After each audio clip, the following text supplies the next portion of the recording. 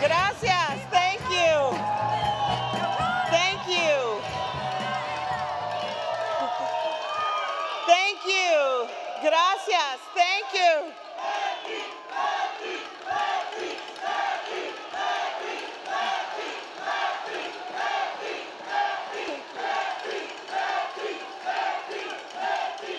Thank you. Gracias. Thank you, Democrats. Gracias. Oh, thank you so much. Thank you. Thank you. As Texans, we have a great heritage. We honor those who have fought generation after generation to keep us safe. Just like Cassandra. Cassandra, thank you for your service and your kind introduction. We remember their courage and efforts by telling their stories, just like our patriotic families, our parents and grandparents, who told us their stories from generations past. And let's face it, the story of Texas wasn't easy. And you and I know that we are here for two simple reasons. We love Texas, and we know that we have to make it stronger for the next generation, para mis hijos y hijas y para mis nietos, for our grandchildren.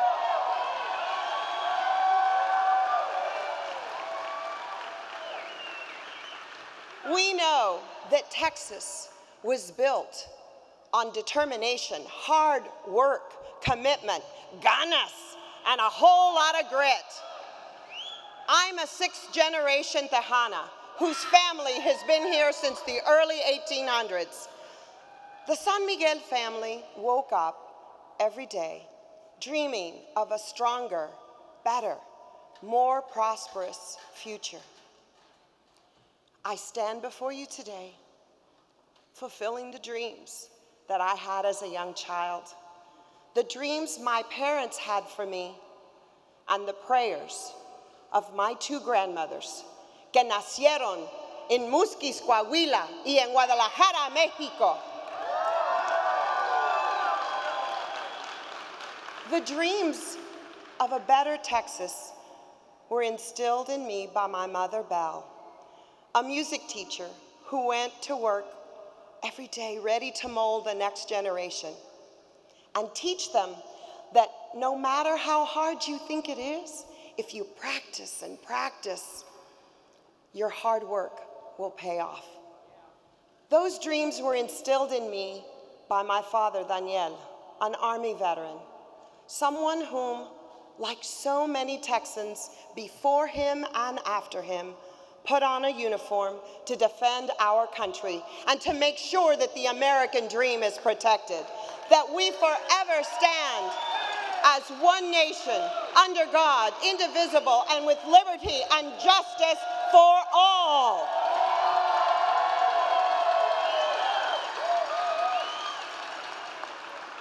So you see, I stand before you tonight because I grew up believing and knowing that if you work hard and you fight for your dreams like my mother and father fought, that you could achieve anything.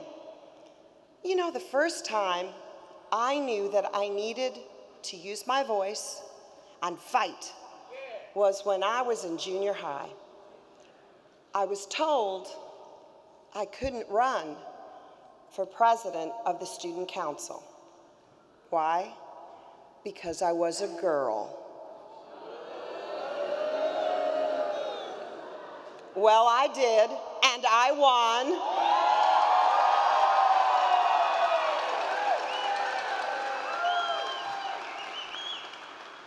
I knew then what I know now, that I need to run, not just because I'm a girl, but because I want the responsibility, because I know what needs to get done, and I know I'm the right person for the job.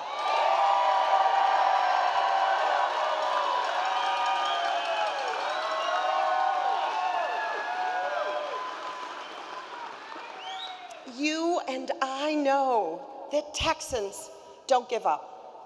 We don't settle for second best. We fight, and we do it as a team. We know that Texas can and should be better for the next generation. To keep Texas strong, we have to put Texas first. Primero Texas.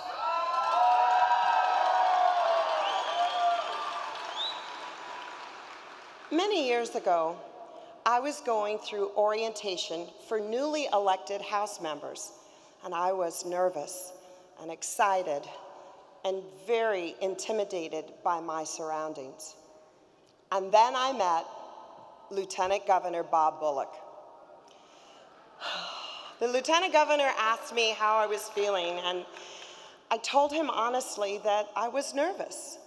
And he put his arm around my shoulder and gave me a piece of advice in that very colorful language of his. His advice became the cornerstone of my approach to public service. He said he'd messed up several marriages, his liver, his lungs, and some of his longtime friendships. But he added, I know one thing. You take care of Texas, and you put her first, and all the rest will work out.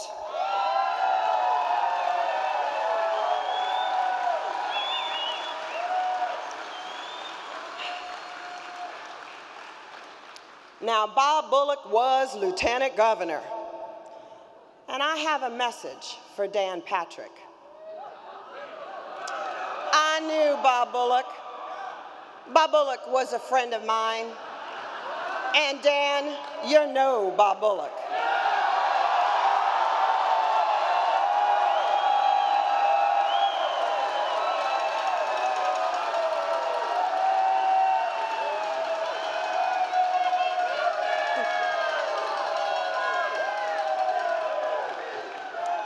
My friends, over the last few years, I've watched Dan Patrick in the Senate, and I can only figure that Dan must have given up on Texas businesses and communities when he took vote after vote, sometimes the only dissenting vote, against investing in jobs, roads, bridges, and water.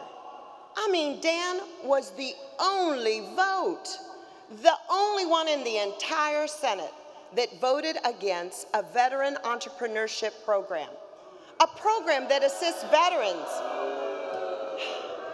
That program assists veterans in successfully starting up their own businesses. That's not putting Texas first.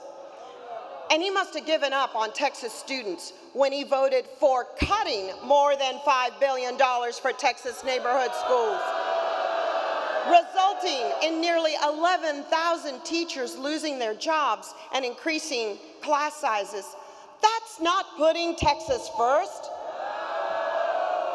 And to add salt to the wound, he went home and bragged about it.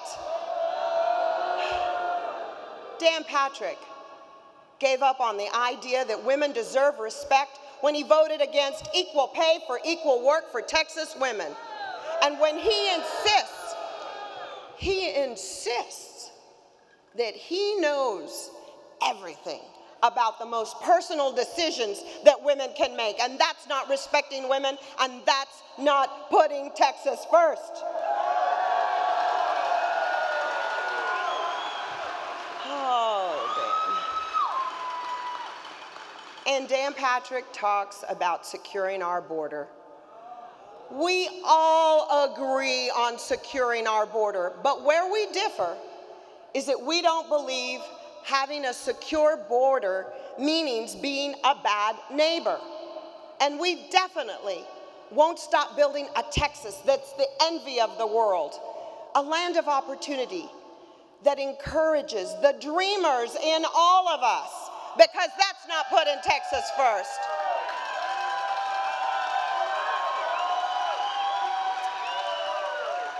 I've watched his own colleagues call him all sorts of things, the least of which is a snake oil salesman. Now, Dan Patrick will try and paint me in many ways, and he's going to come at me with everything he's got. Well, let me tell you, Dan, I ain't in it for the show. I've been listening to Texans across the prescription counter for 34 years, and I've been working for Texans in the legislature for 23.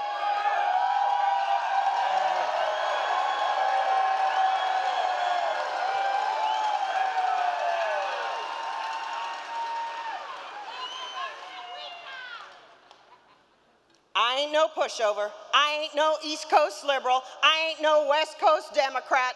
I am Leticia Van de Putte, a grandmother that is Leticia San Miguel Van de Putte from the barrio, and I'm a Tejana, and I'm a Texas Democrat. And there's no doubt, no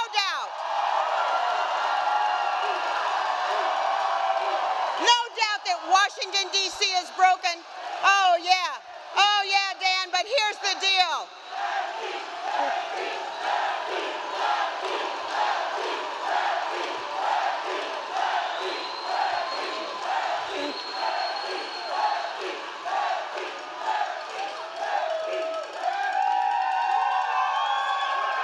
Oh, come on.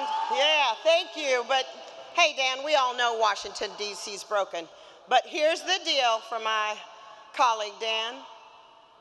If you hate Washington more than you love Texas, then maybe it's time you just found a new line of work.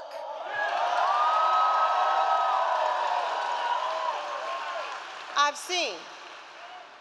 seen what Dan Patrick is capable of. And I'm not going to let him do this to this great state.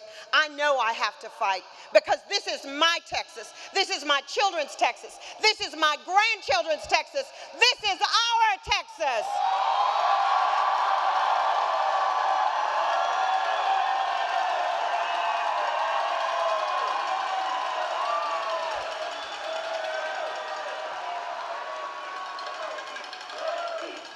And you know, Texas shouldn't be a place where some towns have drinking water and some don't. Texas shouldn't be a place where some roads are paved and others are just ripped into gravel. And Texas shouldn't be a place where some kids' dreams are dependent on their zip code. Texas shouldn't be a place where our hard-earned tax dollars are going to California and New Jersey because the governor refuses to find a Texas way to insure those without health insurance and expand Medicaid.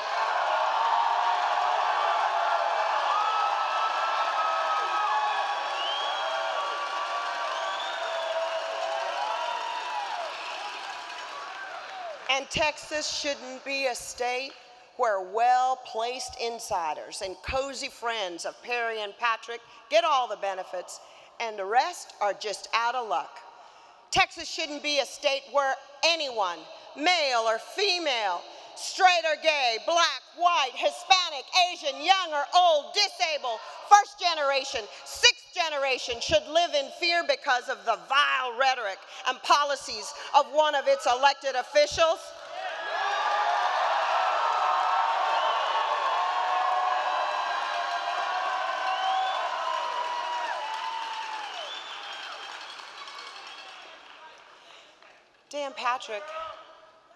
Dan Patrick offers a vision of Texas with less opportunity than the generations that came before us. And he would be the first politician to leave Texas with less for our children. His idea of the legislature is hell-bent on Washington, D.C. style, finger-pointing, partisan bickering, and blame games. But Texans deserve a lieutenant governor that will listen, will problem solve, and will work across the aisle to put Texas first.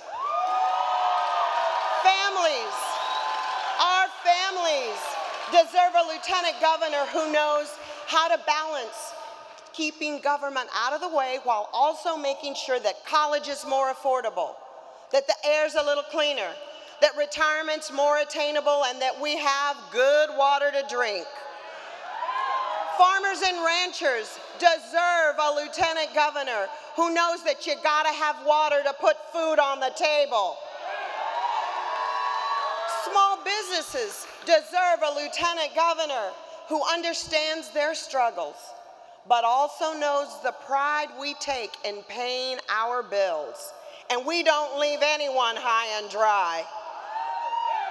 And women deserve a lieutenant governor who makes sure that you don't have to raise your voice or raise your hand just to be recognized and respected.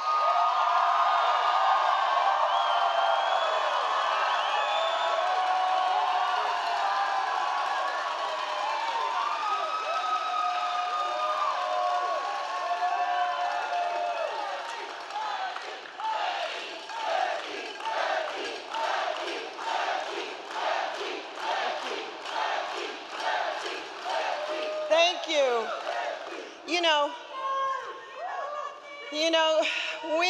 We might not see eye to eye on every vote I've ever taken or everything that I've ever said. But over the years, I have heard from too many hardworking families, too many struggling businesses, too many dropout students, too many families of fallen soldiers, and too many parched, drought-stricken communities to settle for anything less than the best.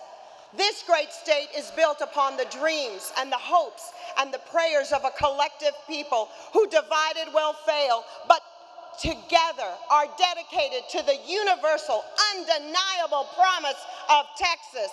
You see, it's in my blood to put Texas first, to fight for this great state. We can't settle. We can't give up. We can't.